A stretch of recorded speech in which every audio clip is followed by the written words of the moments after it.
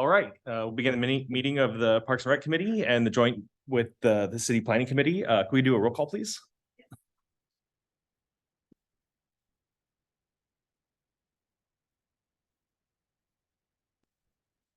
Chair Belomo. Here. Commissioner Sherman. Here. Commissioner Burke. Here. Commissioner Stanton. Here. Commissioner Schober. Shebro here. And then Counselor Hughes Here. and Counselor Strobel. Here. And for the Planning Commission, we have Commissioner Sager. Here.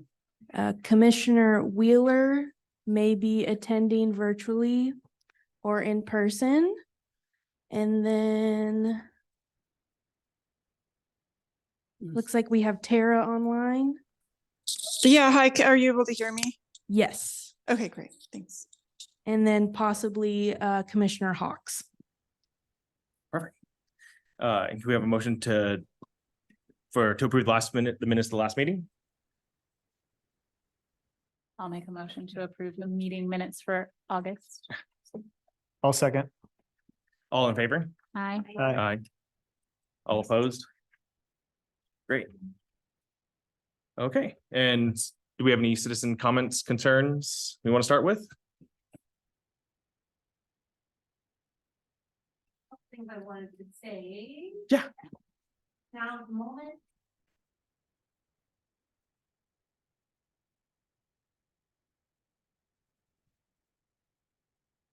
There's a lot of people here today.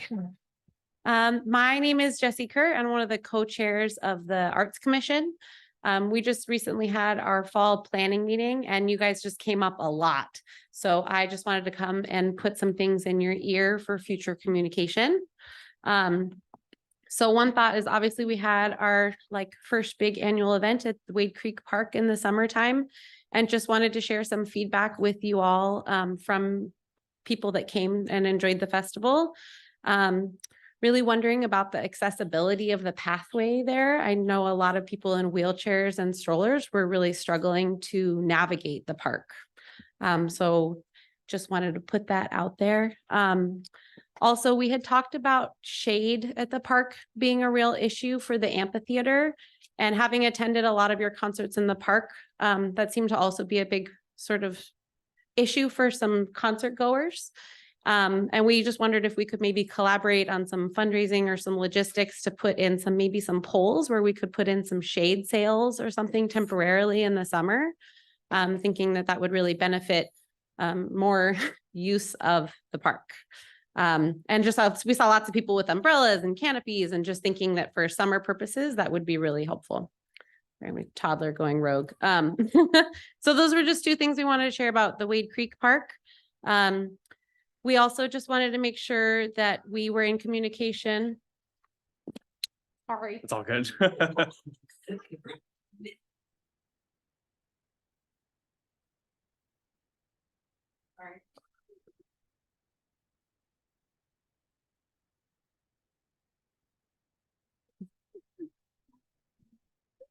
I apologize.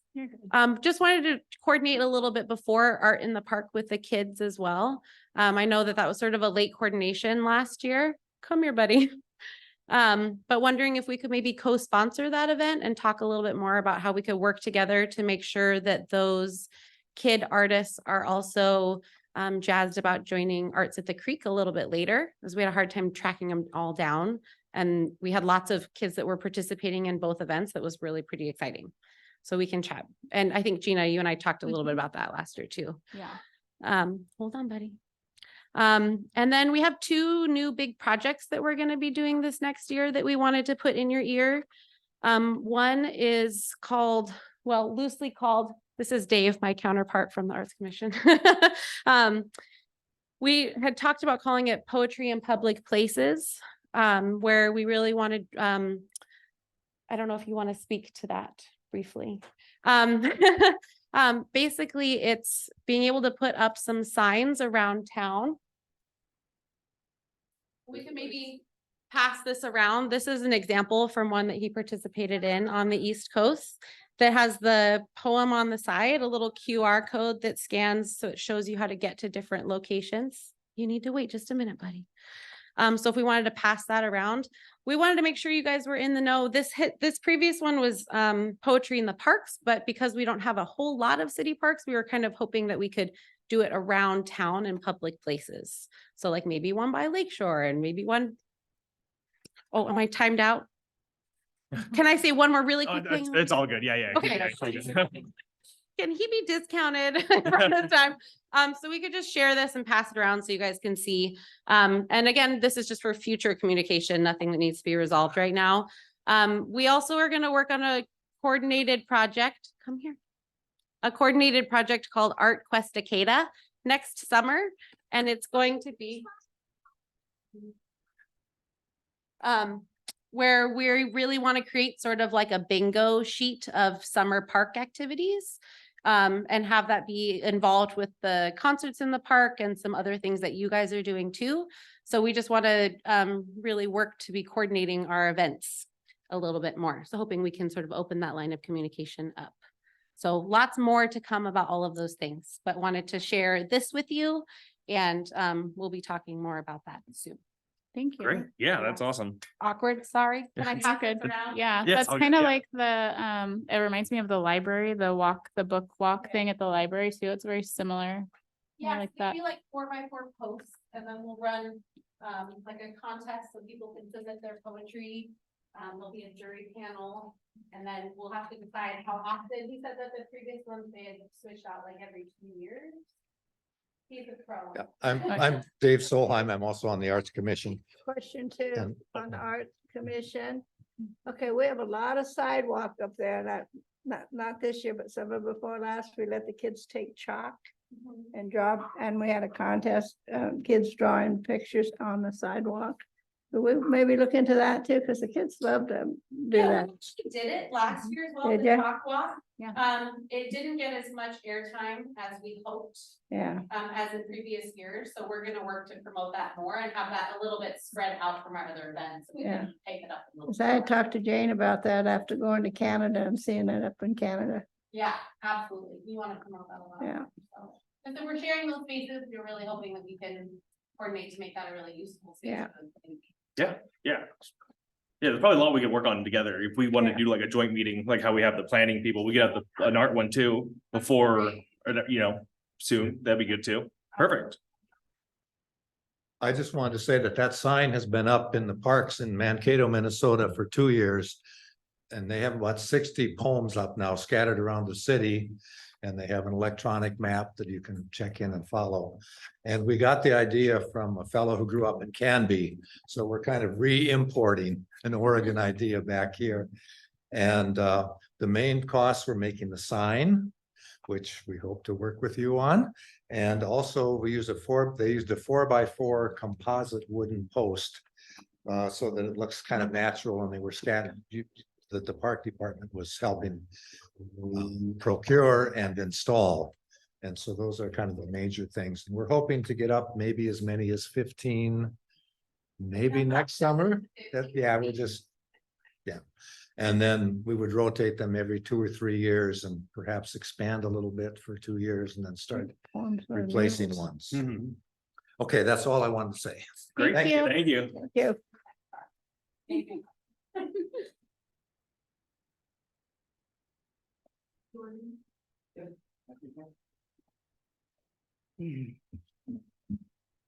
Okay, so yeah, there are a lot more people here than I was expecting. Normally there's about 3 or 4, so I brought a couple of printouts that I was hoping to distribute to the Park and Recs Commission. So can I do that? Yeah. Bye.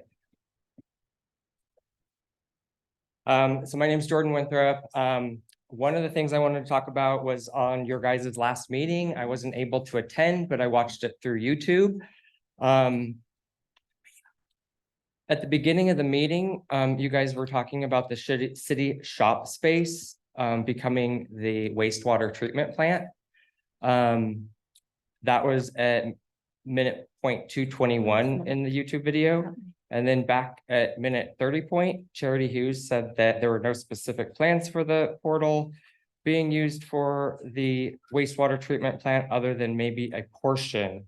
So what I have for you there is what the first page is the map of what is the Estacada Portal. That is the only city park that we have that is a waterfront park. So it's waterfront to the Clackamas River and to Wade Creek, and it has access to both.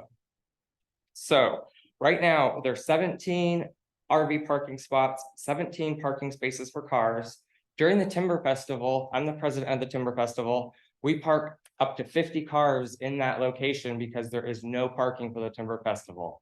The parking spaces we used to use for the Timber Festival are now becoming mobile storage units and lots of other things. We do not have any parking to host the Timber Festival at the Timber Park. So if you flip to page 2, this is what the city has approved of where the location is of the wastewater treatment plant. It's taking up the entire portal.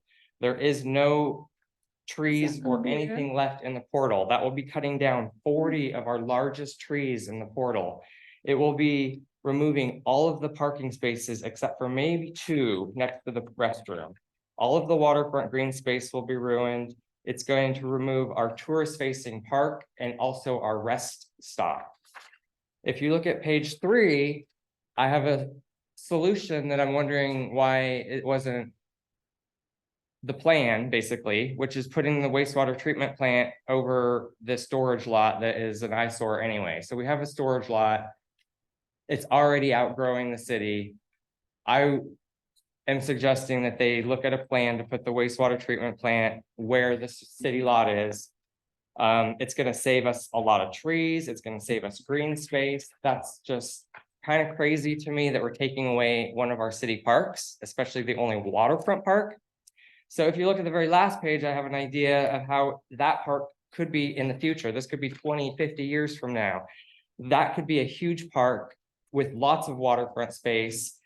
Where the wastewater treatment plant is now could be a huge parking lot for the Timber Festival and all the sports games and everything else that happens at the Timber Park. We just need to really think about how we are working this. Plus, this is the only waterfront properties that's zoned commercial. What is it? I think it's commercial water recreation, or it's a weird zoning in those pieces of lot. So we really need to think about that. And I think the Park and Recs needs to have some sort of say or some sort of position on removing one of our parks. Great, thank you. I don't know if Charity or you guys wanted to say anything about that potential plan or anything like that. I can just touch base. Jordan, I appreciate you coming out on Monday night as well too and presenting it to us. I know from our standpoint, we turned it over to the city to have them look at it, but that was the original area that was presented to city council as the place to put the wastewater treatment plant. We had all sorts of reasons for not wanting to put it there. Many of those is what you've outlined as well too, Jordan. So we looked at alternate spots and it came back to that location there. So Not our first choice. it was definitely not our first choice. And through the process too, I know we were corrected that it was not a park over there. I don't know if that's accurate or No, not. it's always been a park. Not a park. It is a park. Is it an It's one of official the city main, park? it's one of the first parks in Estacada and stuff. So And then just to note, this is the first I've been hearing about it, but we've actually been discussing using that as a park to we had features to put in there to expand it as a park and make it a more usable space. And I know that part of the thought is we decommission the old wastewater treatment plant, that could be a repurposed area as well too. Yeah, but it's the smell, Paul, that counts. I mean, Oh, yeah. you can't even go to Timber Park in the summer without smelling it all through that park. We And I thought it understand. was originally going down off of Folsom. What happened there? Yeah, there's, I believe I think it's on the city website that's currently I think it was posted maybe a day or two ago. That gives a breakdown of everything that the city council has been working on in regards to the wastewater treatment plant from the 2019 timeline up to today. And the park was not at all our first choice. And actually, we were very frustrated that that's kind of where we had to land, but that is currently kind of our only option. Has it been made public to the people here in Yeah, Estacada? it's on the city, website, correct? And I know it's been reposted by other community members. Well, I haven't seen it on Facebook and I have not seen it in the paper. Well, I can send you the link because I can just copy and paste a link to that, right, Taylor? Yeah. Yeah, so. Yeah, so, I have a question, Go ahead. just a question. Like at this point, though, this is like above a park, because like our job as a commission is to give input like on what goes in parks and the events and things. So like right now at this stage, like it's like we don't have any like We don't say, right? Because like exist. even you guys, do you understand what I'm asking? I think Like, so.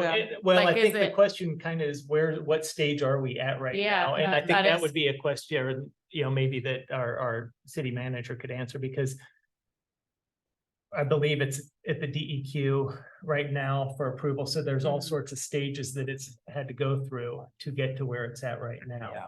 I believe no one in the community knew. I dug it up. and I didn't put it on know. Facebook, and no one knew, even you guys didn't know. And this just happened, and we were all told these wholesome things and other things, and this was not. I mean, if we have to chain ourselves to trees, there's stuff we can still do. It has not been done. I still am enjoying the park. It's not a done deal. And I gave you some options, and I'm sure that could be explored, and I cannot see why using the lot right next door that is cement and old pole barns that are outgrown can't be used. And you also have the lumber mill property is up for sale. It needs to And be I mean, done. that's huge. And there's a pond there already that they can work with for disposal. I'm sure that we had two sets of engineers looking at this. Okay, and well, we've evaluated. I'm sure there'll be people multiple at the city locations. council. And I know, Paul, you were part of the downtown Riverside area plan, which was Mm-hmm. a huge year-long thing about planning, and MacGyver Park Bridge was supposed to have a bridge across MacGyver Park to the portal. So that was one of our plans that all the community wanted, was a bridge, a footbridge that bikers and things could ride from the campground over here and visit businesses, and that would be totally out of the picture. So I just don't see how that can happen with that portal being gone. We have a lot of plans that we've done throughout this community, and it seems like we just forget and we don't do it. We just keep creating new plans and forgetting about all the plans that we spend years and years of going to meetings for. So, I know we talked quite heavily about the recreational purposes of that area. We did Mhm. not want to give that up.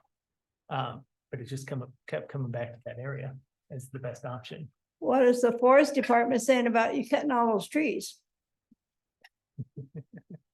I do not. Yeah. We haven't heard on that. I haven't been reported to. I have no idea. Okay. That's something that you'd have to address with the city staff. The only, as far as we've gotten as a council, was voting on the site. As far as the nuts and bolts of it, we haven't heard back yet, and that was 2 meetings ago, so. Well, I never seen it I haven't even seen it on the agenda for the city council meetings. It was 2 meetings back where we voted on it, yeah, and we had, It wasn't on the agenda at all, because I look at the agenda to decide whether I want to come or not. Right before this oh meeting, no, it would have been on when it. you guys discussed it, or no agenda points about that. We had a big turnout, yeah, Discussed it in meeting, you had it during a private session, so we had to leave the room when you guys discussed it too, so no one got to hear you guys discuss it. It was a gotcha. Private session. Well, the locations are private when we're discussing property. So that's private, but we did have members from the Farmstead area here talking about it. So it was an agenda item. If I remember correctly on that agenda, there was the executive session, which is the details of that don't get disclosed. That's where they were talking about property acquisition, and that's protected. They're allowed to do that in private. And then there was, I think, a separate agenda item after that one that did say something about the wastewater treatment. Have you guys ever Process. been there on the weekend? At those two parks between the soccer teams playing and all the canoers. I mean, there is no parking. That park, both parks are completely jam-packed. And that's gonna be like, well, these people are gonna go that use the portal, the park and picnic when there's no, you guys take that out of there. I mean, I think that should be put back on, in the paper for people to come and discuss it to the planning commission and the city council, because right now that's the biggest complaint, that they don't know what in the world's going on in this city, period. I'm sorry, I'm very, I speak what I think, so. You know, and I've been working on that portal. I worked on that portal park. I mean, I was on this commission for 9 years. And that was one of the main parks that we worked on in the summer. We went in there and we cleared all the ivy off those trees so they could live. Now you're talking about cutting them. We spent many an hour and many, we and then went up in the trees and cut that ivy to keep those trees alive. I'm sure they're not gonna be real happy either, so. Yeah, so just to bring her, I think at this point, it's more in the hands of city council. I agree, like, I'm glad you brought it up, and that's how, and, we probably all have personal opinions about it, but maybe next city council meeting would probably be a good time to go and, let, that way you have a bigger stage for. I mean, I've been on the park and recs and someone could make a motion to object to it, and then that at least gets it to the main to city council to know that the park and recs has a position. I have no problems of making a motion that this sewer plant does not go into that portal park. Because there's a lot of people that go, I mean, I take my dog and there's a lot of senior citizens that can't walk over to Timber Park because it's so crowded. We take our dogs there, and the kids, and there is riverfront. You walk down that path and you can go down the boat ramp and go take your boats and stuff in there. You guys want tourism in the town. And if you take property away from where the tourism would be, you're just defeating your purpose of bringing people into town for your business. Nothing's gonna change between this meeting and next meeting, correct? Like, city council's not discussing anything next city council meeting? Not to my knowledge. Nope. No, Go ahead. not regarding this. Regarding this, No, we could talk to the logistics, but like with Taryn, 'cause I'm not sure about that. yeah, So we could talk about potentially doing something like that and see what it would require, like we could talk to city staff. And then if we feel we could do something like that, if that's possible, I don't know, but. I think it might be helpful to get more of a presentation, maybe something a little more formal from city staff as to what is actually going in there. Yeah. Instead of some assumptions of what's going and what's staying and what's going. Yeah. Yeah, would they have the stuff to provide at this point, or do they, I mean, I'm sure they have some plans about what's gonna happen, or? I wish I was more involved. I'm not one of the primary staff. I actually don't wish I was more involved on that project, but from what I've heard about it recently, I'm pretty sure they're waiting on the engineers to come back to them with updated plans now that the location has been selected. So I would think that we would have something presentable soon because of that. I just don't know how soon. you also have to deal with PGE, don't you, too? Yeah, they're Yeah. dealing with all kinds of different Yeah, 'cause agencies. PGE has a big stake in that too. And I wanted to offer, it doesn't hurt. We can certainly pass along the question to just find out and confirm whether or not their original analysis of potential sites included the property you're talking about. I'm not familiar enough. I don't know where that is. Right next door to it. Oh, it's just The right city next door. buildings. Oh, okay. Okay, yeah.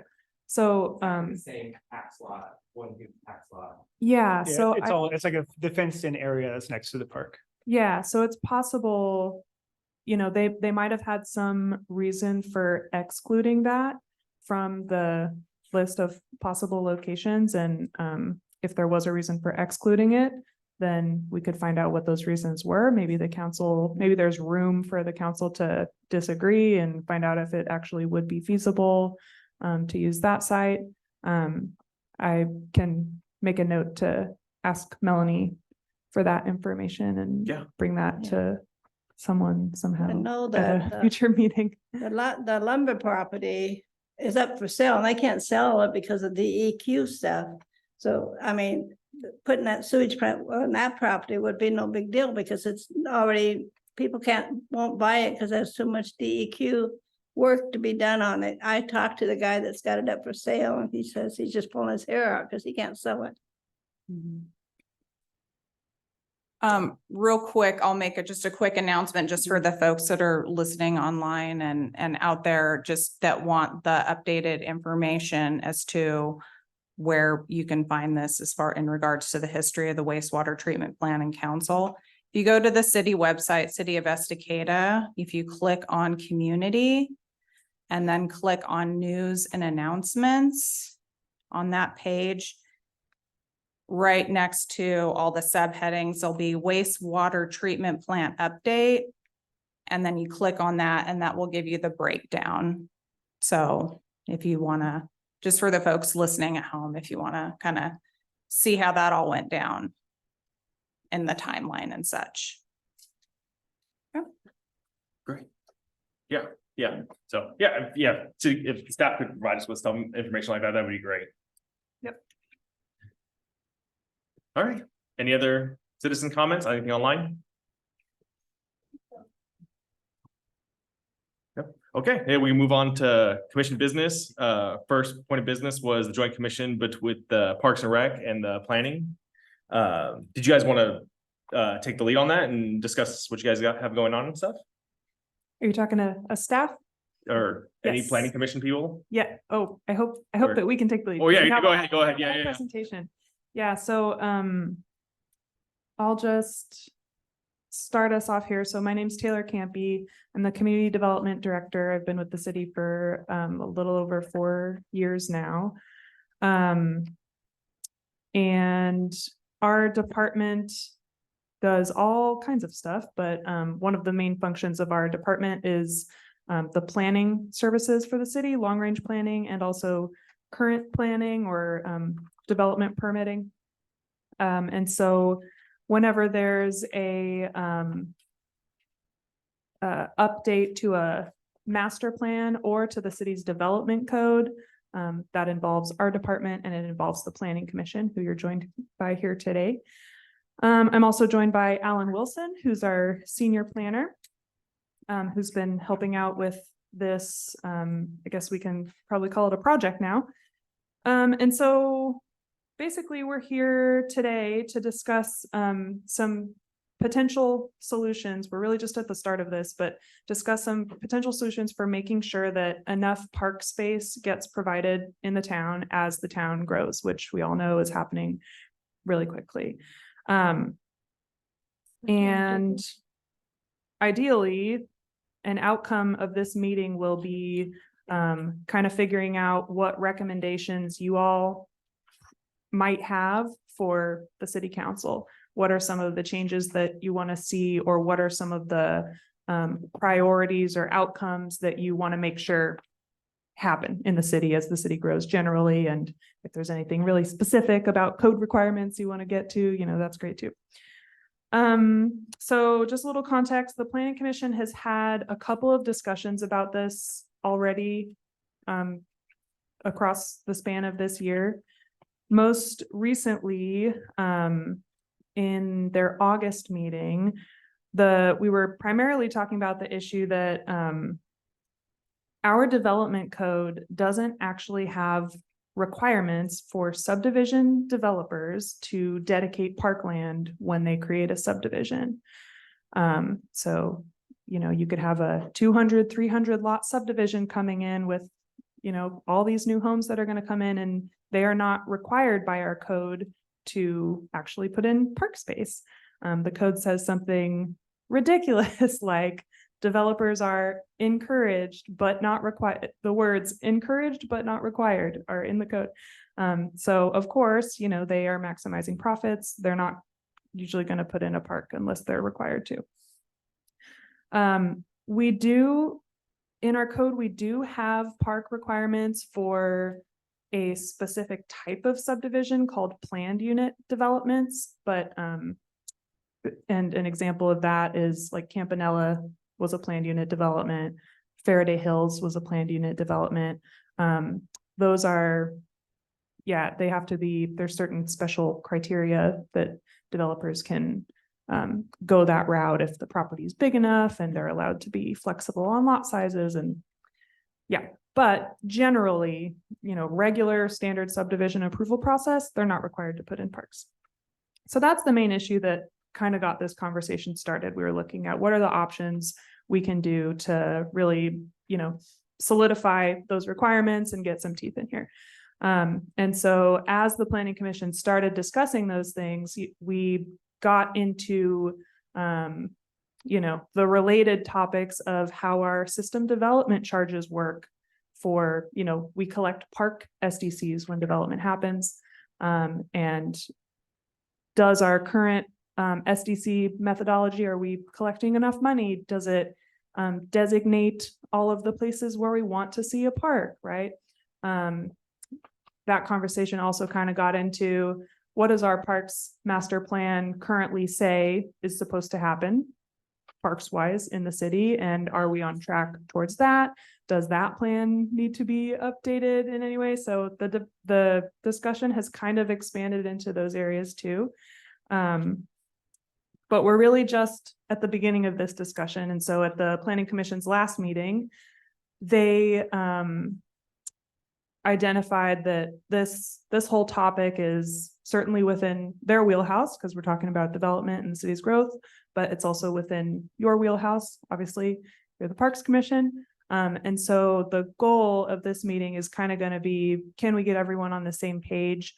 Are there recommendations that both commissions agree about generally that can then be brought to the city council and get some solid direction from the city council on, do they agree about the issue and kind of what the potential solutions should be? And then council can take that and direct staff to make the changes to the code or to the Parks Master Plan or to the SDC schedule. And I'm totally simplifying this. It'll take months to get all that done, but this is getting the ball rolling. And I think we probably could get some solutions adopted sometime late next year. So did I say everything I wanted to say to introduce that? Oh, in your packet, I just wanted to point to, you should have like a little sticky note sticking out. You've got a memo that essentially Alan's gonna summarize the research that we've done looking into how do other jurisdictions make sure that enough park space is getting provided when developments come in. So we did some kind of case study research, looked at 6 other jurisdictions, and Alan will talk about that. And then those examples of their code sections, which is super exciting to read. So there's a bunch of exhibits that are the examples of how their development code establishes those requirements. And then after all that, there's the sticky note that is and marking an excerpt from the Parks Master Plan. And that's where we see that, yes, the city has adopted all these policies and has this very explicit recommendation in the Parks Master Plan to establish these park standards for development, make sure these parks are going in. And so I just wanted to note and kind of emphasize that the Planning Commission is, definitely on the right track here. They're initiating this process that our plans are calling for and basically said we should have already done by now, right? So kudos to the Planning Commission for that. And I think I'll talk about the first couple slides. So let's get into the PowerPoint here. Okay, as I mentioned, our code only requires parkland to be dedicated for a very specific type of subdivision, but not any other type of land division. Go ahead to the next. And that fact, that lack of requirement there directly conflicts with these policies that we have adopted in our comprehensive plan. The comprehensive plan is another long-range planning document. I won't go too much into that.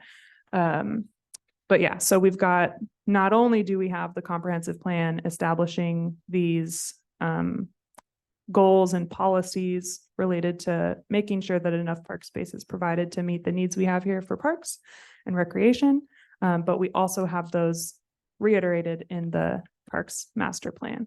So it's clear that the city has this intention, this official, adopted, they're in legal documents intention that just has not been codified in our development code. So that's one of the things we want to address here. Okay, so I've said enough on that.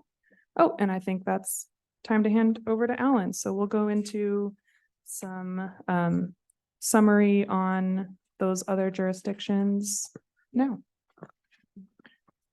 Great. Hello, everyone. I'm going to go through and kind of basically just summarize the memo. Just hit some of the major points there. And so, yes, to support Planning Commission's consideration of all these issues and their potential solutions, we collected and analyzed code related to park, land, and open space contribution from 6 West Coast cities. 4 of those were in Oregon. It can be Junction City, Portland, and Sandy. And then 2 were outside of Portland. One was in California, Milpitas, and the other was in Washington, Burien, where SeaTac is, actually. We haven't developed specific recommendations, but we're prepared to discuss potential next steps and field any questions you might have today. So during a land use approval process, there are 3 standard ways that developers can contribute open space and parkland for public use. And the first one is dedication. And in that case, the city becomes the owner of the tracts that are dedicated. And also assumes responsibility for the maintenance of land, associated infrastructure, and facilities. And there's also reservation. That's when parkland is reserved. The responsibility for maintenance and operation of those facilities are assumed by a separate entity. And that's usually like an HOA or some other private organization that can demonstrate that it has the capacity to maintain that land. And then there's fees in lieu. And that's when in certain cases, a developer can be allowed to pay a fee that's equal to the value of the land that's required to be dedicated, instead of contributing or reserving that amount of land. And that's in cases when the land isn't suitable for a park. And these fees can be credited to a city's parks SDC fund or some other kind of recreational reserve area fund. And then comparing those 6 jurisdictions that I was telling you about. So all 6 of the cities included in their research, they currently require contribution of park and open space land for all residential subdivisions. Some jurisdictions also require a contribution of land for other types of land use approvals and development. For instance, Sandy requires it for planned developments, as does Estacada. For multifamily developments and manufactured home parks, it can be requires it for any new residential, commercial, or industrial development. Let's see, several cities provide exceptions from open space contribution requirements. For example, Portland, when less than 40 lots are created by subdivision, that developer is not required to contribute land. Can be in Sandy, in those cities, no requirements for development of certain types of communal living care facilities. And in Burien, subdivisions that are less than 10 acres and planned unit developments are exempted. And then this final slide comparing the jurisdictions. 5 of the 6 cities that we looked at, they allow for the payment of fees in lieu of land dedication or reservation. The processes for those, they vary pretty widely from jurisdiction to jurisdiction. Yeah, there's a lot of different ways that you can do that. The proportion of open space required for dedication also differs quite substantially, ranges from 3.5 to 10 acres per 1,000 residents. And additionally, Canby and Sandy require a phase 1 environmental site assessment. And they require a clean environmental record prior to their cities accepting the dedicated parkland. And then as Taylor was talking about the Parks Master Plan, I just wanted to highlight a couple sections, and these sections are actually in your packets as well.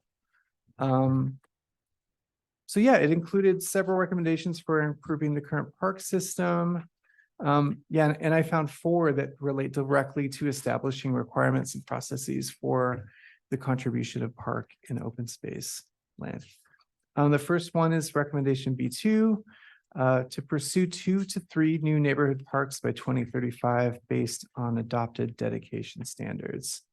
And so neighborhood parks, the way that's defined is those are smaller parks nestled in neighborhoods, 2 to 5 acres. Whereas community parks are bigger, they're intended for the entire city and they're usually 8 or more acres.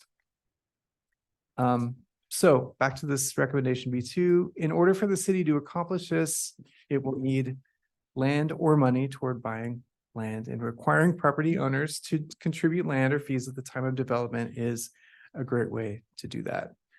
And then we'll look at a couple other recommendations. Here's E1, adopt function-based park dedication and design standards. That basically just means that the city should adopt clear standards for what kinds of parkland it should accept from developers.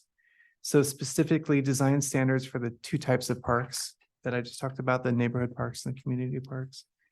And that's to make sure that land that is dedicated to the city can actually fill the needs of residents. And the clear standards would also allow the city to better determine when to accept fees in lieu of land. And then finally, these last 2 recommendations. E2 is develop criteria and guidelines for land transfer, and E3 is to develop policy for land dedication. And these are basically both just saying that the city should do exactly what we're trying to get done with this project right now. So I'm going to turn it back to Taylor. That's the end of the presentation. I think so. Yeah, and just I was just realizing as we were talking about, I think one of the first ones on there, the plan, yeah, the date, the year 2035 is what they're kind of aiming for. Sorry, I should know this. You know when this plan was adopted? 2018. Okay. And I noticed that this says, you know, we would need approximately 2 to 3 new neighborhood parks by 2035 in order to meet a future population of 5,731. We're real close to that, if not already past it. So that's another reason to take another look at this, is that we've grown a lot more than I think a lot of our plans expected us to.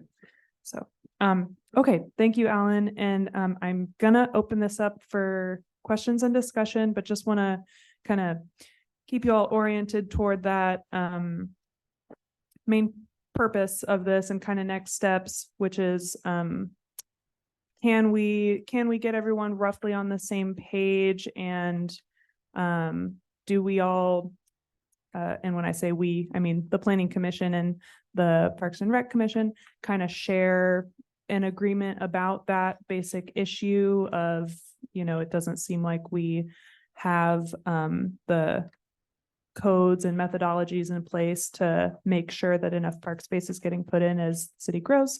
And yeah, then talk about, well, how do we want to fix that? What are some of those, what are some of the outcomes you all want to see happen as the city grows? And we staff kind of do the nitty-gritty work of figuring out how to write the codes in order to accomplish that, but we can talk in as much detail as you want. So yeah, I'll open it up for questions, I think, or Great. comments. Anyone want to start? I have a question about, so I know like before Campanella was built, we had the plan of it before they even broke ground and had like the park was in there. We could see that. Is there a park at all in Faraday Hills? They have, I think it's like they were required to provide at least 20% of the area was required to be open space. It's not a public park. There's a ton of open space and like trails that are provided, that are getting provided and already have been provided in that subdivision, which isn't complete, but a lot of the trails are complete by now. So it's not a public park. It is an HOA owned and maintained park, but according to our code, they were allowed to do it that way and not dedicate it as a public park. Okay, I was just curious because I've been over there not since like March. So I know a lot has changed in there since then. I was just curious about that because I did like with Campanella that we had that ahead of time. Like that was a good chunk of space. But I think park space is definitely important. And that's my input. I think there definitely needs to be some when we're building Yeah, we more absolutely houses. need to codify this. I thought it already was, so this is a surprise that it's not. The Sandy and Canby are both kind of like, if you look at those cities, there's a point not that long ago where they looked like what we look like right now. So they're kind of, I think those are decent models.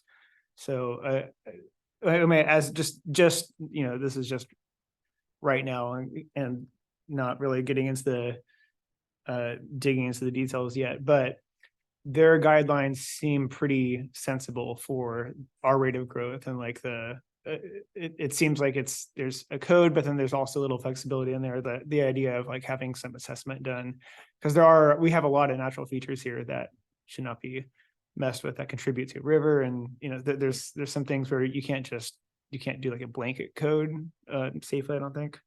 But I'd say at a minimum, adopting something that looks like what they've done is probably a good idea. Okay, Well, great.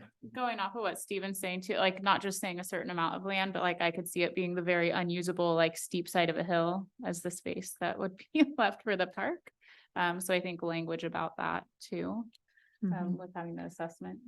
Very specifically, that survey that Canby and Sandy require before, what does that survey actually provide to the city as what information is actually in there? Is it like the usefulness of the land, the amount of the land, like what exactly does that survey provide?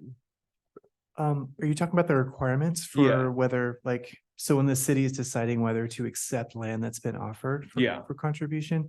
Yeah, it's actually in the packet. Like if you look through the code sections, it has all the criteria for each of the cities, like what they look at when they are trying to decide whether they are going to ask for fees or whether they actually want the land that's being offered.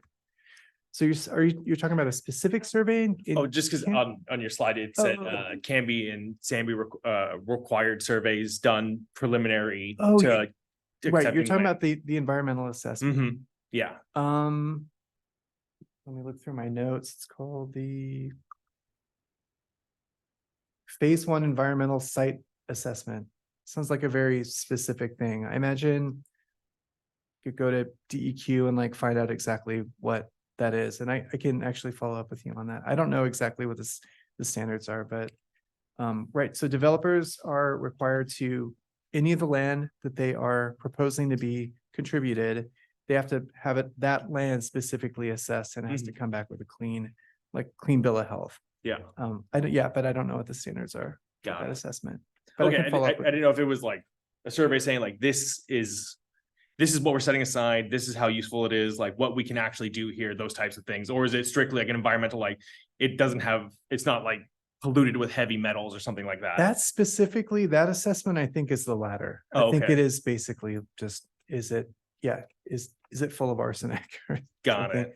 But there are standards also that kind of help the city judge how feasible the property that's offered is for the city's uses.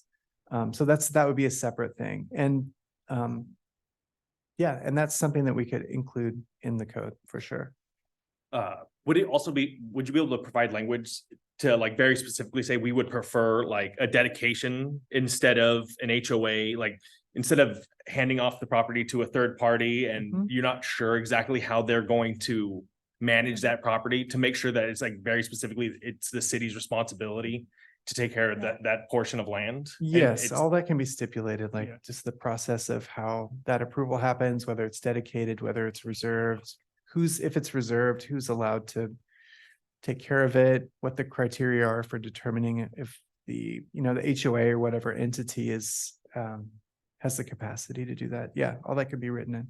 Got it. And there are some, I don't know how detailed, if it goes into a lot of detail, but I think at least one or two of the cities has that pretty well spelled out. Okay. Yeah, I think just from my personal opinion, I think that's the best course of action for the most part, Yeah, I don't think we would want like an HOA, like, having to go through them to be able to maintain the land and that type of thing. I think it would be better if the city itself was responsible for it. Yeah, I can see some situations where there could be an advantage to us not having to do it.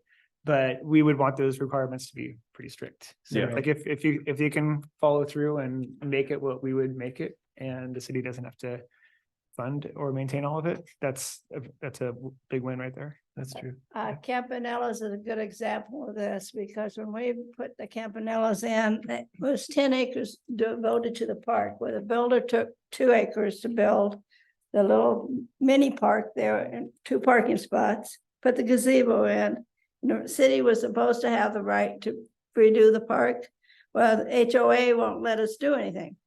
It's an HOA, we're responsible, it's our property, but the city maintains it. I mean, that's a two-way street. They own it, but we maintain it. Yeah, well, the city not having these standards Yeah. leads to situations Yeah. like that, I would say. Taylor, do you have anything to say about? Yeah. I wasn't around when Campanella. I wasn't here either. A lot of history at Campanella's, a lot of people don't know about. Yeah. Yeah, I think the city does own, so 8 the acres. city owns that park, but it is within, that's tricky. I don't know if it's true that the HOA can, I guess Well, I they would did want to the hear from the splash city pad. attorney. It's What's that? it's just that we changed what we were doing because a lot of people were struggling with the Yeah. amenities that we were going to put in there. And so it's just been remodified Right. and we're waiting to see the next plan. There's no Yeah. parking or any of it. Yeah, and so related, it doesn't answer your question, but as we were preparing the information for this, we kind of checked in with the Public Works Director and the Financial Director to see what input they had on, okay, it sounds like the Planning Commission might end up, the recommendation might involve what you were just describing, which is trying to have more city parks generally and kind of prioritizing or encouraging those parks to be owned by the city rather than by HOAs, because there's all kinds of problems that happen with HOAs. And so that is a cost. There are budget and maintenance implications to the city owning parks. And so we were like, okay, we're going to have this discussion. We want to be able to bring whatever input, if there's a big major budget impact to the city taking on more park space, we want to be able to describe that. And essentially the answer was no, with all the other things that Public Works handles, like as we grow, they're going to have to hire more employees anyway, and it ultimately would be a fairly minimal addition to the rest of the things they manage for them to have more parks to manage. They are busy. They do need more people, but anyway, what I was about to get to, sorry. He also was noting the importance, if we go through with these amendments, he would highly recommend that when we require these parks upon subdivision development, often what we should probably do is have the developer build out the park facilities before any of the lots are even allowed to be platted and built. So that way, what happens when people move into those homes, they move in knowing that there's a park right there. Yeah. you know, I feel for those people. They moved in thinking, oh, I have this big open space behind my house or in my neighborhood. It's, you know, it's not their fault. No one reads through all of the city documents from the last 10 years before they buy a house, right? So that's really hard for a lot of people. And one way that we can avoid running into that is require those parks to get fully built out how the city wants it before any of the lots come online. So that's something we've got on the list there that would help avoid that kind of situation in the future. Just one of many potential solutions. Is there also any wording, just because it's within the packet, the greenways that kind of split the subdivisions? Is there any wording that forces people to have those between subdivisions, so they're not just like subdivisions butted up against each other, like type things? Or would that also be something we could recommend for the city to make sure that there's enough, like if you looked out the window here, you know, you wouldn't tell there's subdivisions right behind us, right? But if, as soon as you get up to like the hill and you're standing there, it's just houses, right? You know, if we had, the greenways were forced to be there, they couldn't just clear cut trees, you know, it would kind of hide them behind, and it would lead, you know, since we're so close to the forest and stuff, you know, it wouldn't, as soon as you drive up the highway, it won't look like the city's just like, you know, clear cut in here. We would have a bit more, you know, houses behind trees, and it makes it feel more like a small town, Right, the even country. though it is expanding at the rate it is. Yeah. That's there's nothing in here currently about that, but that's definitely something that could get adopted into there. Yep. We'll add that to the list. Looks like someone has their hand raised. Oh, yeah, sorry, it's just me. I just wanted to throw in a 2 cents about what I understand anyway of the Planning Commission having had in mind with this. It sort of came up because Ryan Carpenter, the school superintendent, was talking about there not being much in the way of public ball fields in town and sports fields for kids. And that, you know, that prompted this conversation, all the new houses going in. And I think we all were a little bit surprised about the language when it came down to it, about, you know, how it's all optional. And I think, you know, having the subdivisions that go in, put parks in, is one great outcome. But I think we were all sort of excited about the idea of some of these developers choosing to do fees in lieu that would enable us to maybe purchase a piece of land that wasn't just a small park, that was primarily usable by people in subdivisions. So I just wanted to throw that out there. That's a great point. Yeah, thanks, Tara. That was actually brought up in that meeting, you probably remember. And the question was, should the city consider purchasing property that would be large enough for a sports complex? And that is exactly what you said, like the SDCs and fees in lieu would pay into a fund that would allow the city to purchase a chunk of land that was big enough to do that. And yeah, that's not likely something that we would, or that the city would acquire through the contribution of actual land or some kind of dedication. Yeah, I just wanted to flag that was part of the conversation. And we did also talk about the reality that a lot of these subdivisions and a lot of stuff has been approved, and it's all coming without having had these fees or necessarily dedications. And you know, maybe we're starting to see a little bit of a slowdown in requests for new subdivisions, and maybe there's a separate conversation about how we bring some of these things to fruition without just the development codes, but that's a different conversation. Right, yeah, I mean, I think in planning, or I'm sure Taylor knows a lot more about this than I do, but the SDCs are, they're levied, they're charged at the time of development. And I think that it's council that decides on the fees, right? Council adopts the fees? Yeah. Yeah, so we could right now, to capture some of the upcoming development, you know, those what Tara was talking about is that we have all these developments or these subdivisions that have been approved but not yet built out, or they're in the process of being built out. They weren't required to, we couldn't require them to put in parks, so they got in without putting in a park. And, you know, is there any way we can somehow still get that development to somehow contribute to the provision of parks? And my answer would be yes, we can update our SDC schedule, our identified park, planned parks in our parks master plan, in our capital improvement plan, which is kind of synonymous with the SDC schedule, to start charging SDCs towards those specific park projects that we identify. And once the council, yes, would approve the, would adopt that changed, updated SDC schedule, adding those projects in.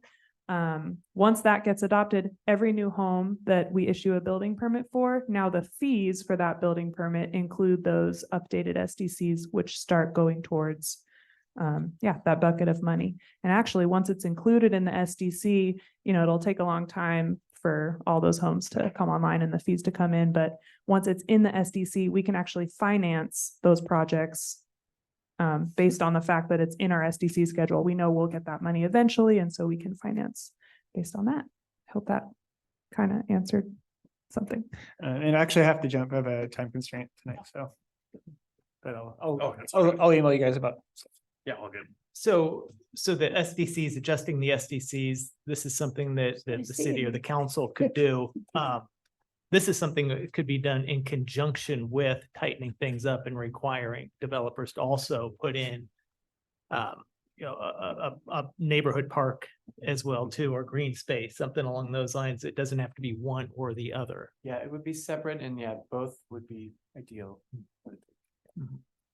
Just so I fully I'm like a very clarifying person. So you're saying that if we change the way the SDCs, like the amount right now, anything that's built like after council approves it, even if the subdivision has already been approved, then like say that it was approved today, but tomorrow the city council is like the SDC is changing, the house that's built the next day has to match the new SDC, like whatever we've changed. Am I getting that correctly? Yes, basically Okay. the house that pulls building permits the next The day. next day. So, if they've already been issued their building permit and they've already started, then Because they've paid what they've paid. when the subdivision gets approved, not all the building permits are approved, right? Correct. Okay. Yep. Cause like, I know when she said Ryan Carpenter, Ryan was talking about, there's another subdivision going in right by like River Mill Road.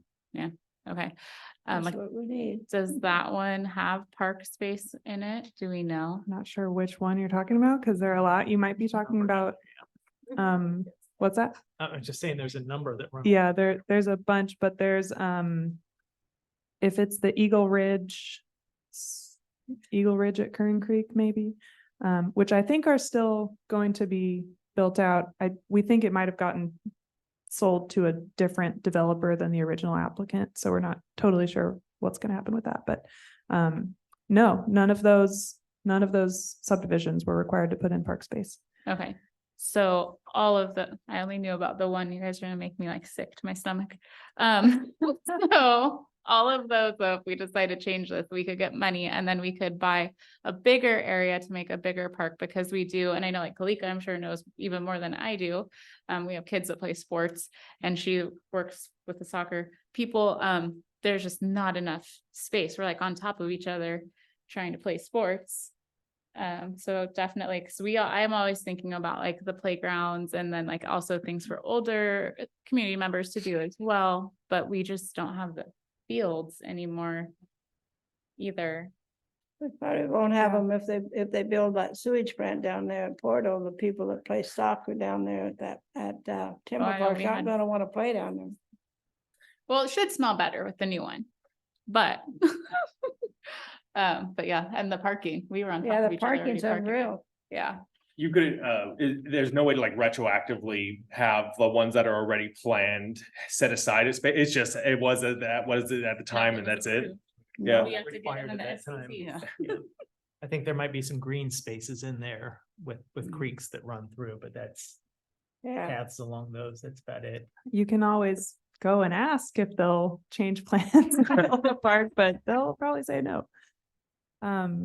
it's slowing the building down because of the interest rate anyway, so people are not building as fast as they were. It is slowing down a little bit, but I get the sense that it's slowing down less here than it is in other jurisdictions because we're still relatively cheap.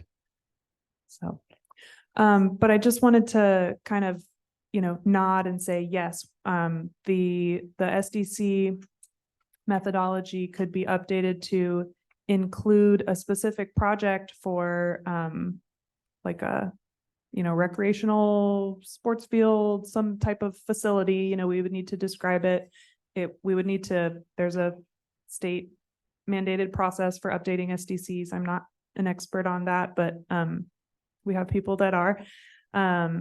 But yeah, add that project into the SDC, get that adopted, and all of those building permits then start contributing to that. And if somehow the city found, really shortly after making that update, somehow we found a property that was perfect and the council wanted to go for acquiring it, I'm pretty sure would be able to finance that purchase based on having the SDCs, having that project adopted into our SDC schedule.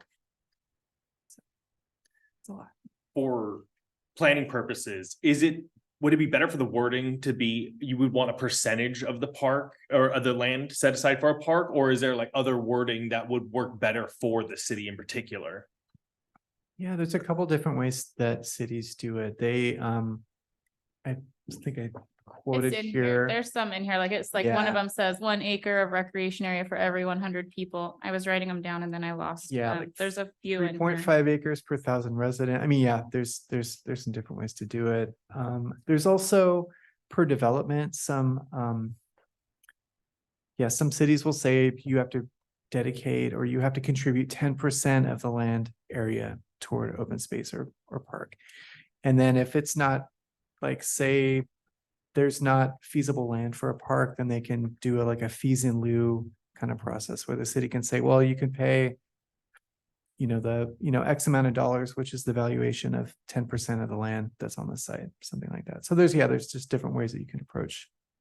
I meant more for like, is it easier for like city planners to have one over the other? Oh, I see Like, what you're saying. is there like preference from city planning to be one way or another? The preference, I would say, for planners is that whatever it is very clear.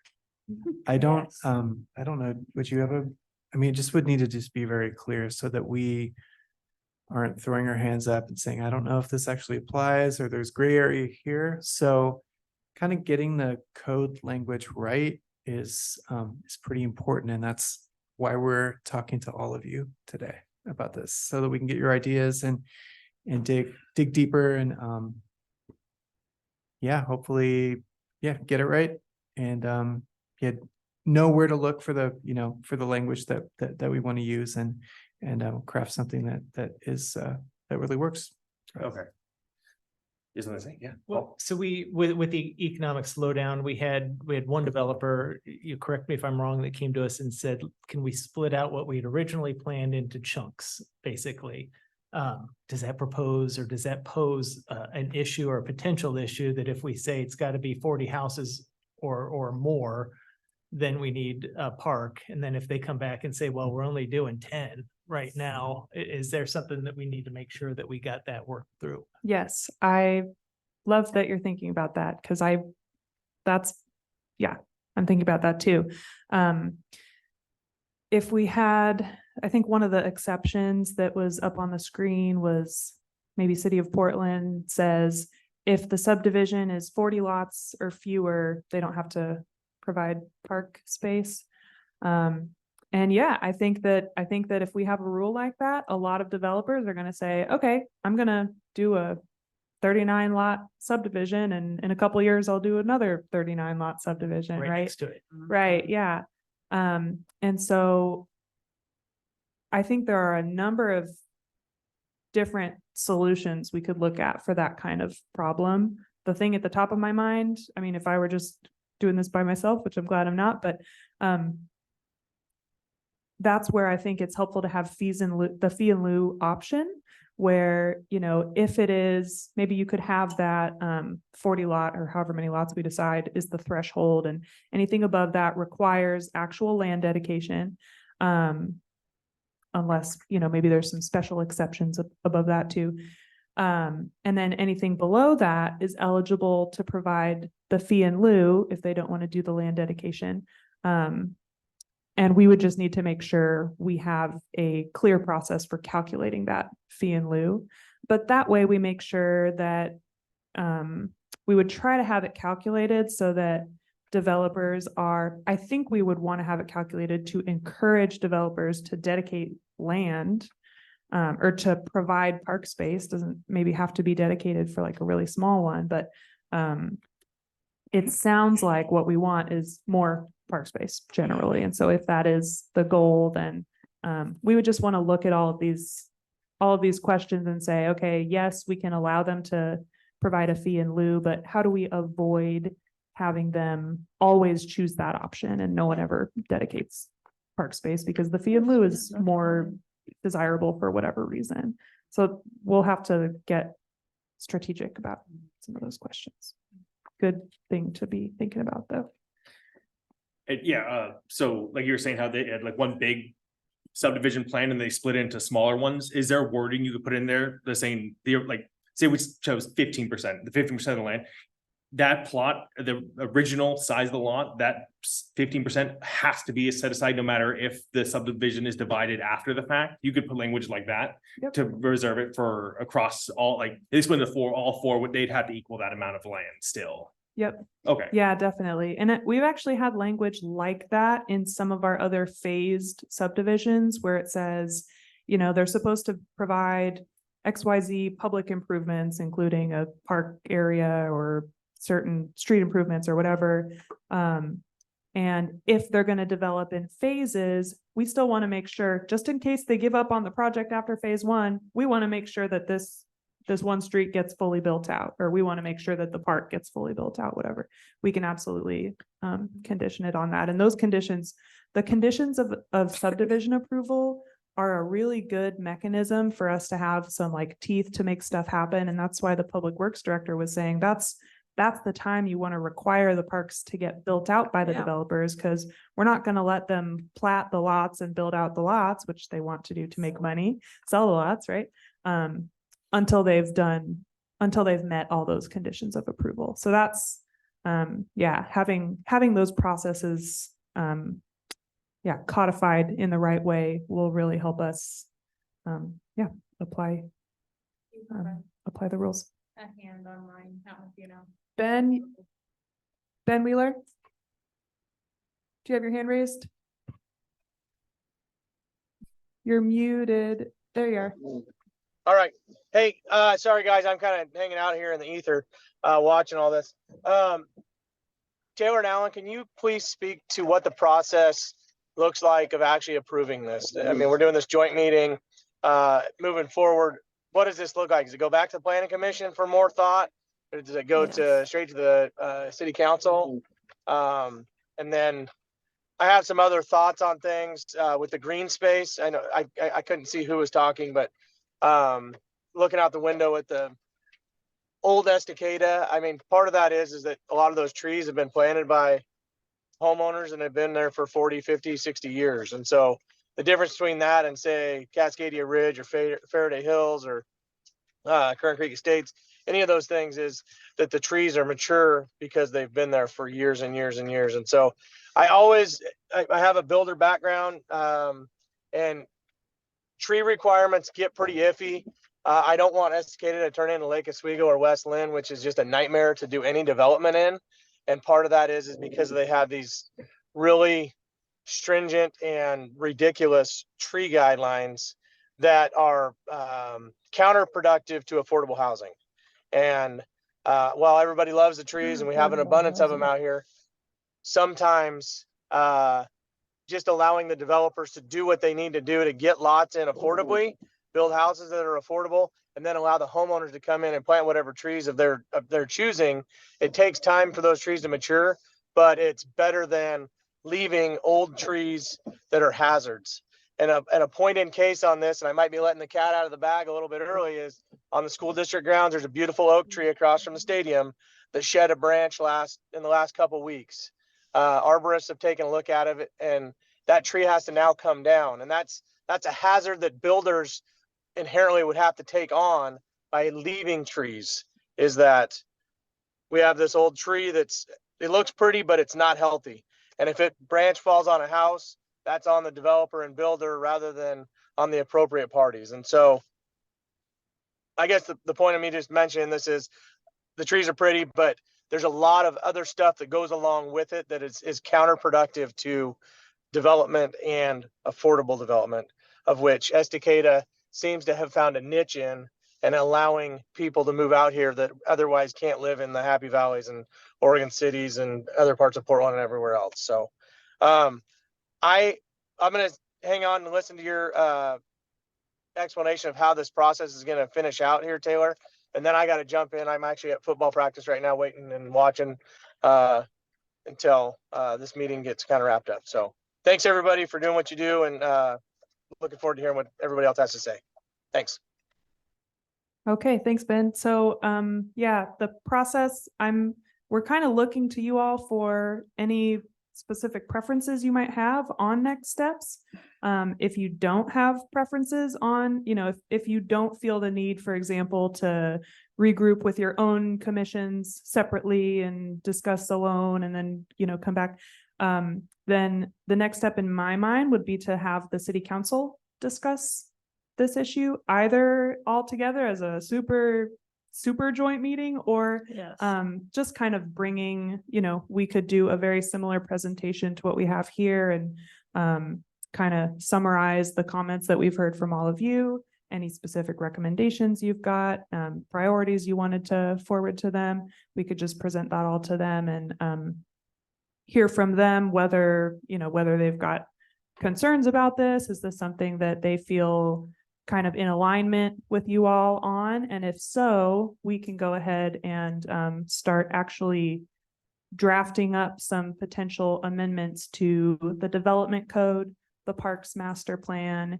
and the SDC methodology. I will say the council has some busy agendas coming up in the next couple months, so I don't think that their formal discussion on this should probably happen until after the new year. That's when we staff will be able to best support them in that discussion and you all in future discussions.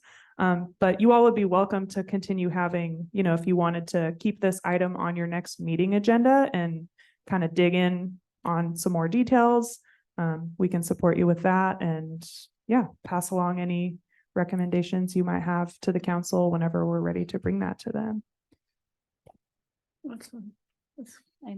Yeah. I mean, I am all for things take a really long time. So like the faster we can get things going, the better. I mean, I don't know. I think if we kept it on and like came up with anything else that we thought was really important to put on there, and we could send it to you guys and let you know if you're, if it's not going to be until like February or whenever, sometime after the new year, we might have things that like hit that we think are really important. I know me personally, when we talk about like putting a park somewhere, just because I work with kids, like I'm all about accessibility. So I would love some sort of language about that. I mean, there's older people in our community too. And she was talking about the park and like the gravel at the park. That makes me so sad. And, the newest playground we did, we got like the rubber so that the kiddos can play on that. And that's like a huge thing for me. And if we're not having to do it and the developer's having to pay for it, great. So I know for me, that's a big thing, but I don't know what you guys think. Go ahead, Shirley. Yeah, that can be part of them finishing the Wade Creek Park, is making that gravel accessible, putting that pad or whatever in, and then finishing the concrete work they need to do too. They could do it all at once. What I think, I think obviously, we want parks even, within our communities. I think language very specifically setting aside land for parks and like greenways and stuff like that, is necessary. And I would say that if we were going to do the fees in lieu, then it would like be only in the situation where there really is zero usable land for parks.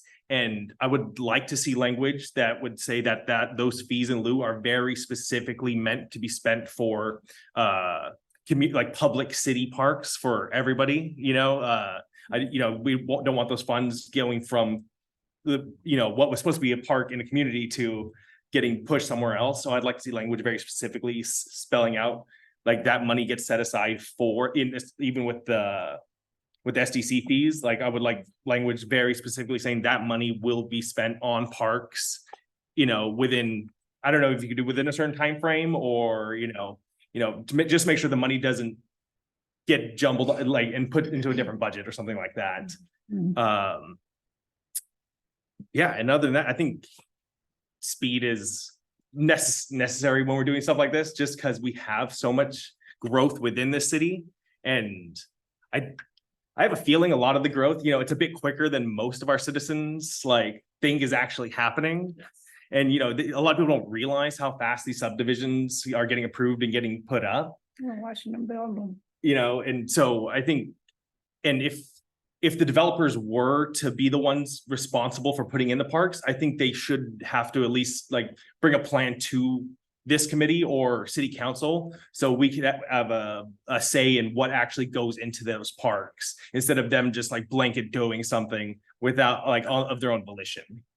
Well, I know like in the part, like the master plan, like if we have language about like what needs to be in there, like certain things in a certain amount of space, and we have the different types of park, like the neighborhoods, like all of that would be in there for them, right? Like there's like a play structure for this age and all of that, right? But as far as like the SDCs thing is the thing where I'm thinking more of like the move it quicker. So that one, you were saying then we would have like a specific goal we were like using the SDCs for, like a specific, like buying a lot where we could do like some sort of community sports or community building or something, right? Yeah, I think, and I'm again, asterisk, not an expert on this, but my understanding is that when we start collecting SDCs for a project, when we add a project into the SDC schedule, we have to describe the components of the project. And sometimes projects can be, my familiarity with SDCs is primarily transportation stuff because we're updating the transportation system plan right now. And so for example, on an intersection improvement project, you could either put in a traffic light or you could put in a roundabout. In the SDC schedule, you don't have to specify, right? But you have to describe that that's the range of options that could go there. So I think you can be pretty flexible about what the project encompasses or might encompass. And then you just need to identify what's the project cost that you anticipate that you're deciding to start collecting fees for. That has to get decided and set, because that's what calculates the new fee. So yeah, there's flexibility on the specifics of the project, but you do need to figure out what the cost is going to be.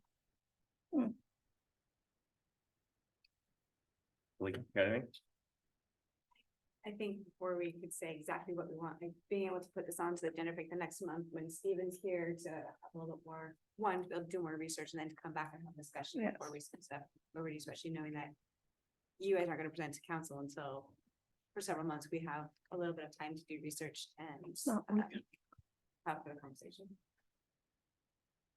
Got it. Well, the reason we are here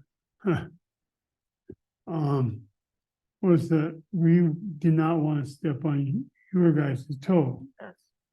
Okay, so basically, this is why we kind of said, yeah, we'll join them if they want us. But things like other things more important. But Tara hit it right on, basically, and that's, we are trying to work as a team. Yes. Ben's the same way. And the rest of us, that I wanted see, and I seen it, your viewpoint of, do you want us to go forward? Yeah, I have stipulations on this because I've been with I was with the council 20 years ago, and then I've been with the planning since then. And I know we put that a park in because right up here on the hill where Denise lives, that's the city's property. But, Nobody knows and the it's city there. takes care of it. But, you know, I'm not gonna sit here and argue about it, yeah. And it's kind of like the airport. But the whole point is, I wanna keep this going, and we all working together, we all happy. We don't wanna come to a meeting and find out you hated it, you know. You know, we need to be honest, all of us. But I guess that's about all I have to say. But you guys are very enjoyable to listen to. It sounds like you're a lot of homework. Paul, Charity, got anything? I think this is a good discussion, very good discussion. I agree with getting the SDC conversation going quickly here too, because I'm gonna guess with wastewater treatment plant, with the water water master plan that we'll be doing as well too. With the system, with the transportation system plan, we're gonna have quite a bit of discussion on SDC. Making sure we got the right fees in place so that we can fund some of the things, the other things that need to be funded in SDCADA as well too. So the sooner we can get that, or at least have that earmarked, the better. Great discussion. Sure. No, I think Paul said it best. Yeah. Just to reiterate next steps, so would you be able to provide like draft like language for like to present something to city council, or what would, like, just to reiterate, what would be the next steps for going forward on getting some of this done? So if you all are willing and wanting to, as Kalika mentioned, like include this, you know, kind of continue this discussion internally. I think that's a great idea. And if you can somehow relay whatever your priorities and recommendations are to us, we love email, we love paper trail, and we would keep all of that input you know, recorded in the project file for this. That would be great. We can find out if one of our staff could even attend your next meeting. I can't guarantee that, but October is going to be a little wild. Oh, I won't be here. Yeah, but maybe you can. So yeah, maybe we could actually just be there and take notes in the meeting. And then if you need to have even another meeting after that, I think there'd be time. You'd be in November.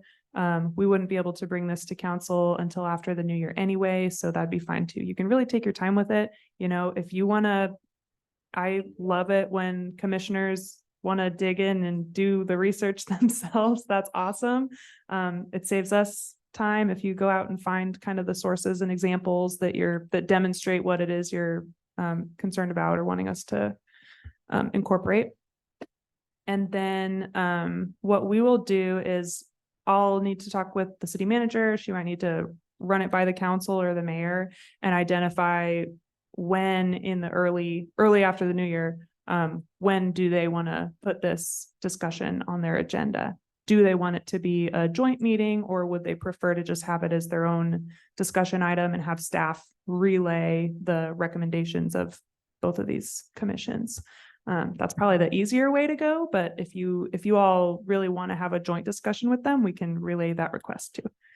So Out of curiosity, would it be possible, just so like we're like focused on a goal, like is there like an example, like a mock-up of like the language like you would like use it like to present to city council that we could like take a look at and like, you know, go through and like, oh, we would do this percent instead of this percent, we would do this square footage, that like, is there like a plan or like a mock plan that we could like maybe set up and like return back to you? Or would it be, would you guys be able to do that something and then like present it to us type thing?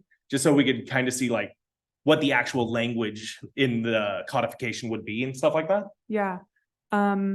We could, my team could start working on that in November, probably. So we wouldn't be able to get something like that to you before your next meeting, but possibly the next one. And yeah, I mean, what we could do now is just look at what other jurisdictions have adopted. Our own code has some good stuff in that section on planned unit development requirements. That's the special kind of subdivision that does require park dedication. There's great park related code in that section. It just doesn't apply to all the other types of subdivisions. So we have example language in our own documents. Also the existing parks master plan, as you said, there's a lot of direction in there that just isn't, we don't have any teeth to actually enforce it. So the best thing that I would say right now would be look at the documents that other jurisdictions have. What language do they use in their parks master plan or in their development code to, you know, identify how parks need to be put in and what features need to go in and stuff like that. Perfect. But yeah, if you do want, it'd probably be easier for us to help out with that too. So Yeah. that's something we could start on in November. Great. Yeah, I think, like I said, you know, that at least that way we have like a task that we could actually accomplish and return something helpful to you guys and to the city council. That way we can hopefully get it moving sooner than later. Yeah. I mean, we would also welcome, like, we're smart. We can figure out what people mean when they, you know, hand something in that's got just a sort of unorganized list of kind of priorities and preferences or requests or concerns. Like, we can take something pretty disorganized and figure out how it would need to be reorganized into, you know, a proper recommendation document, right? So that's fine too. If you want to just, probably at your next meeting, you'll end up with something like that. Great. So that we would be happy to see that also. Perfect. Yeah, I think, yeah, we'll put it on the agenda, and then if you guys can come and, you know, sit with us and discuss, then if not, we can discuss amongst ourselves. Then hopefully, like you said, in November, maybe we'll figure out a time, and then, you know, we'll be able to present something or vice versa and call it good. Sounds good. Great. All right. I think that's it for that topic. Item number one. Item number one. Oh my goodness. I am gonna have to run, but I just want to say thank you. Yeah. And yeah, I really appreciate the effort and thought and intention, and it's good to see. So thanks. Thank you. I'm gonna take off too, and also thank you. Thanks, everyone. Yeah. Yeah. Thank you for the presentation and all the information, and yeah, Sure. perfect. Yeah, I was just gonna say one last thing, like, if you go through the code sections that we provided, and you see something that's like, this is great, circle it, email us, let us know. Yeah, exactly. That's Perfect. great. That's really good feedback. Great. Yeah. Thank you. Thank you. That's right, it's needed like 3 colors of highlighter. I would like to, but see him time I went in the bathroom. Yeah.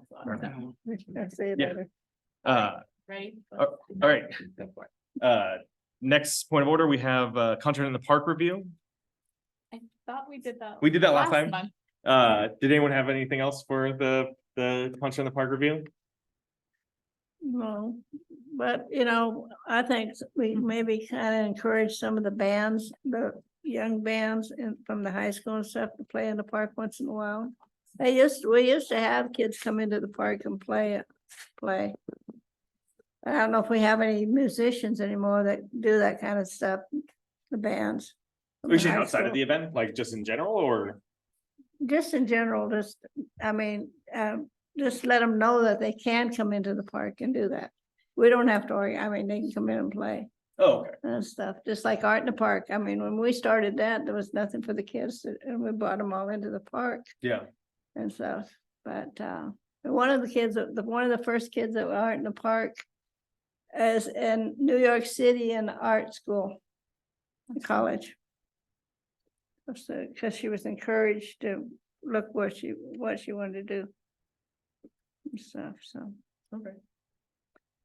But the bands were nice. I didn't have to go to the park, I just could sit out in my backyard. The way that it faces now, I could hear it in my house too. And I did talk to farmers about maybe letting us park in that parking lot, so give it a little bit more parking. Got it. Yeah, yeah. I think this year we had more vendor activity and it attracted more people, which was nice. So if we can improve on that next year, Yeah. that'd be good too. So, Well, and I think he's gonna come talk to us about us taking it over more too. I don't know when that's gonna happen. right. So- Yeah. Oh, Rob, Yep, Yeah. so Yeah. The person was setting up. Yeah. yeah, he's like, that will be coming. so better than that. Okay. Quest Cicada update, we'll just skip. We ran a little long, so What's the Stephen can question? update us next month and Oh, all okay. good. Trick or treat planning. All right, so. I can say the part about Christie's since I'm gonna talk about the other. Yeah, go stuff. ahead. He contacted Christie's is gonna come, and then I actually just happened to see her the next day after I saw the email and talked to her. And so I just gave her like our numbers from last year so she could plan on like what she thinks. And then I also did warn her that because it is free, if the weather is really bad, you don't know what's gonna happen. We've been lucky the other years and it's been great. I was looking, let me see what I forget numbers like very quickly. So I know last year we had 166 people.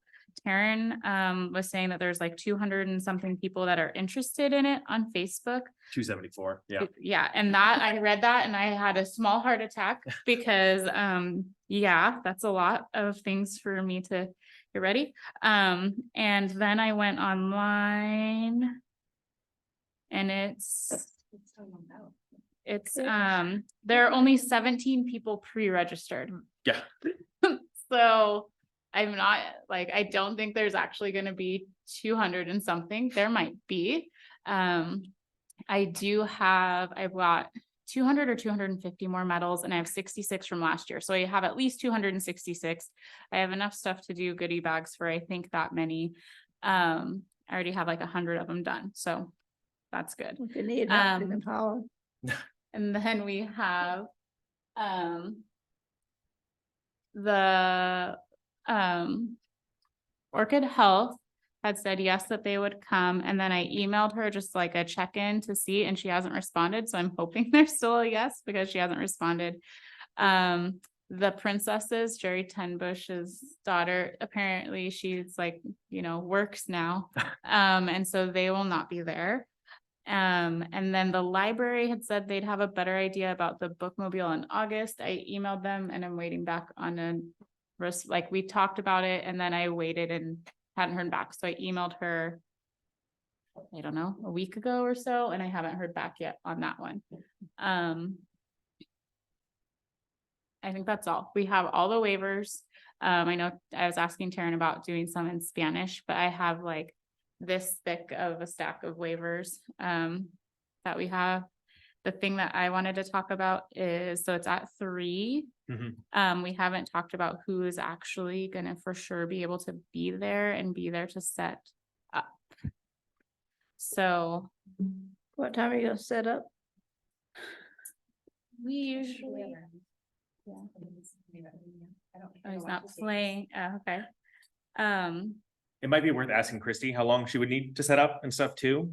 Yeah, I know it doesn't take her too. I've seen her do it. Oh, It okay. doesn't take too long. Would you happen to know? So like at Oktoberfest, they had the tables, like people could sit and eat and do stuff like that. Did Christy bring a lot of this, or is that all like city That's stuff? city. Because I was like, we could bring extra canopies and we could probably set up some tables and maybe bring some like extra trash cans and stuff. To The city has I tents. believe, because I also help with the DEC, mhm. and Connie this year used All American Rentals for all of the tables and chairs. Yeah. But the city does have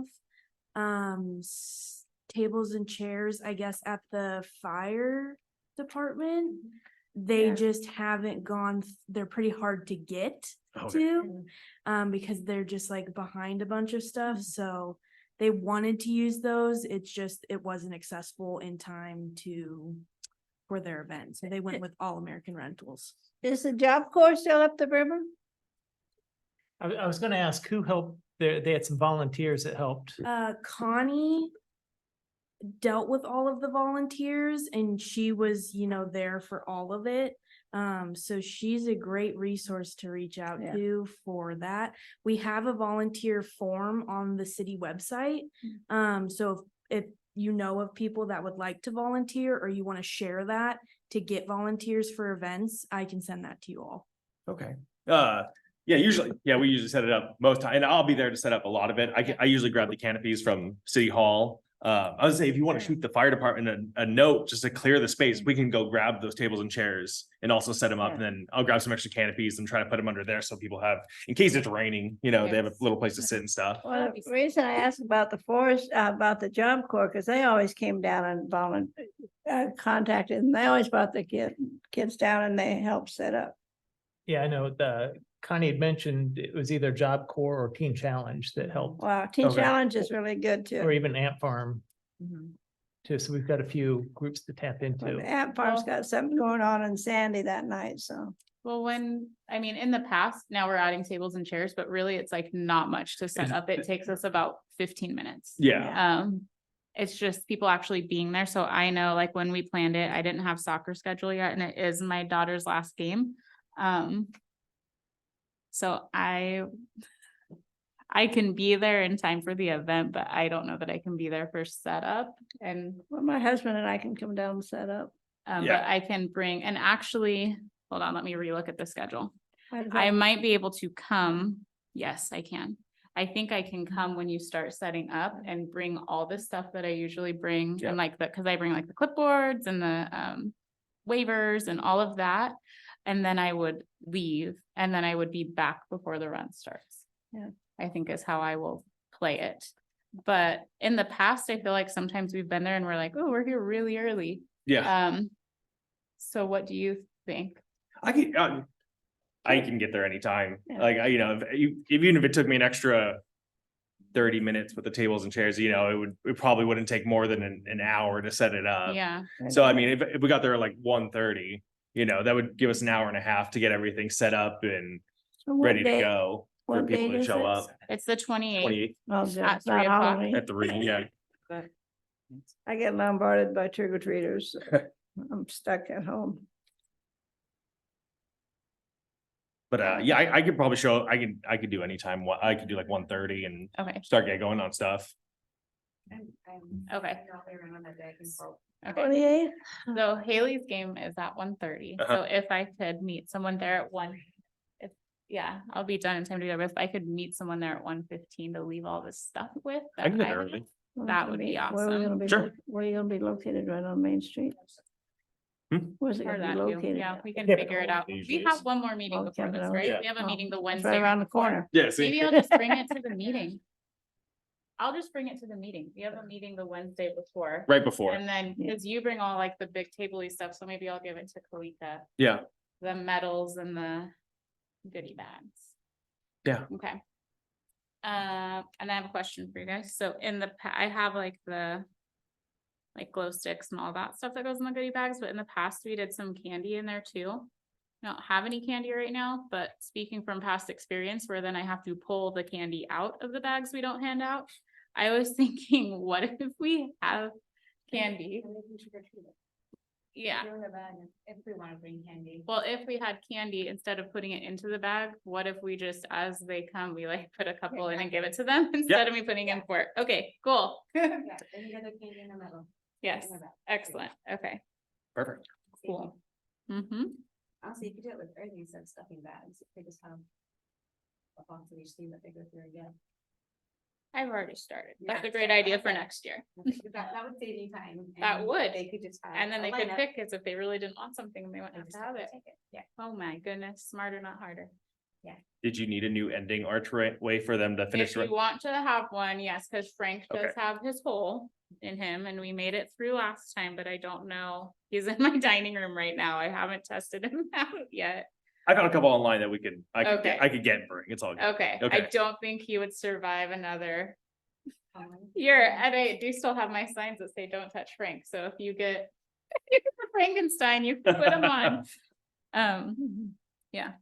Perfect. And then to grab the stuff from City Hall, would the Thursday or the Friday before be all right with you guys? They're not here on Friday, are you? Yeah, They're not there on Friday, Fridays. but Thursday Thursday. should work, yeah. Okay.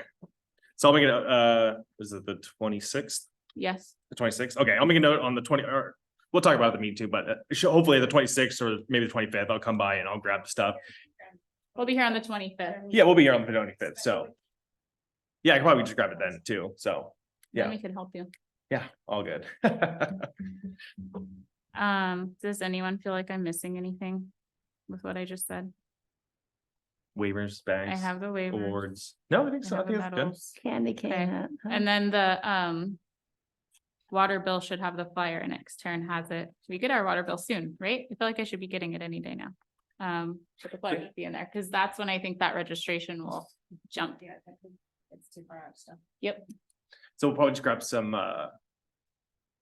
cones and just to block off the parking lot so Christy Yeah. can set up in there. And Yeah. then I'll email her and then see how long she takes. And then maybe if she takes, I can always meet her there a little early and start setting up a little early too, if she takes a little bit longer, but I'm not sure. I can email her about that. You know what we should make is a list of what we need from the city. Because we need like that, the microphone thingy, Mm-hmm. just so we don't forget. Here, I can make a really quick list. That's on the agenda. So we need them, what do West you Street call that plaque. thing? PA, thank you.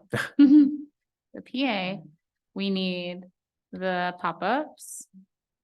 Then were you gonna email someone about the tables? What are we doing about the tables? Could you email the fire department and see if they're good about I'll it? talk to Taryn about that. Perfect. Okay, Yeah, that'd be Karen's in great. charge tables. And the cones, Yeah.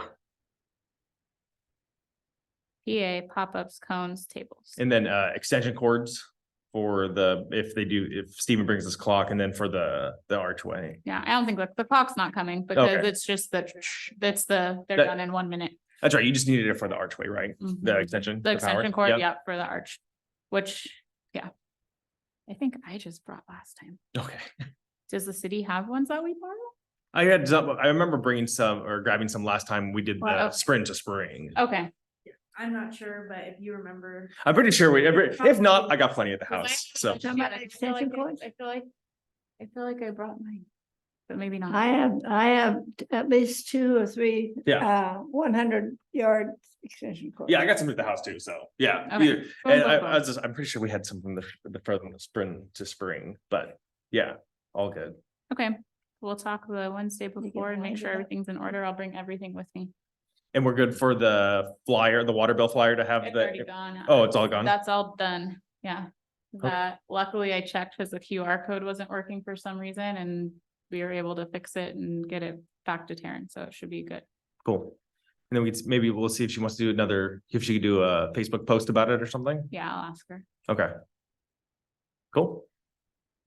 They're on Esticator local, or Esticator neighbors helping neighbors too. Okay. Those are 2 sites that, Esticator neighbor helping neighbors, Esticator local. Oh, okay. I'll take a look at those too. That gets people in Eagle Creek and every place, just in town. Perfect. Cool. Anything else? I think it's good. All right. And then lastly, we have the candy cane hunt. Are we doing that again? How we feel? Sure, we did it every year just because it was. We only have so many parks, so you can have the same, different clues, like, just parks, so I don't, we can do it again. It's okay, because we did it last year, right? It was an easy setup last year. It took me and my wife like half an hour to set it up. We could probably do different parks and then I could probably come up with different clues and stuff. We do it again and then we can, do we want to do the same thing where we would do the gift cards from somewhere and give them to City Hall? If you guys want to do it, I am a little overwhelmed in my life right now to work on that, to be completely honest. I do like the candy cane hunt, but I don't know how much I could help with that. I mean, So, yeah, I pretty much we did most of it last year. I think you did the clues and then I set it up. So, I could, if you want, I can take a crack at the clues. I'll send you a list and then we can get it set up again this year and call it good. Sure. It's a pretty fast event. It's pretty easy. Yeah. Cool. I'm fine with that. Okay. Do we want to do the first, how many kids are that bring in? Did we do 50 last year? Did we give, I don't think we gave all 50. we didn't give all 50 away. Yeah, I mean, we'll probably do the same amount. And Yes, Taryn. yeah, we can ask Taryn how many actually accepted or came and got it redeemed last year. I don't know. Yeah, we'll get asked for next meeting. It's all good. Yeah, that's a quick one, so. Perfect. Yeah, okay, so we'll just make a note. We'll talk to Taryn about next week or next month and then call it good. I think the only other thing we had was potentially moving the time for the meetings. Do we want to leave it at 5? Do we want to push it back a little bit? I think that was the only last thing. I don't know if you guys' schedules. What works for you? I'm easy. I'm the easy one. I don't have to worry about too much. It's more of More that other people can attend the meetings if they're at 6 or 7, because people are just coming home at work at 5. And there's people that want to come to the meetings, but they just can't make it. I didn't know if you guys had a preference one way or another. At this point, it doesn't really matter to me. We got till the first of the year. to I do can it. be flexible. Stephen is the one that was kind of, didn't know if he wanted to move it up because of his schedules and stuff, so I don't know. Okay, maybe we'll put it on. let's put it on the agenda. We'll for put it on the next agenda for next month, and then, like I said, we can leave it at this. I'm easy. I don't. That doesn't bother me one way or another. It's just whatever makes it easy for everybody month. I'm is retired, so I don't care. all good. I just have to remember the meetings. I looked at the last meeting, I looked at the clock, and it says 5:30 and I thought, oh, All right. get out my yard, I forget what time it is. Anything else? Comments? All good. Okay. All right. Perfect. We're gonna adjourn the meeting then.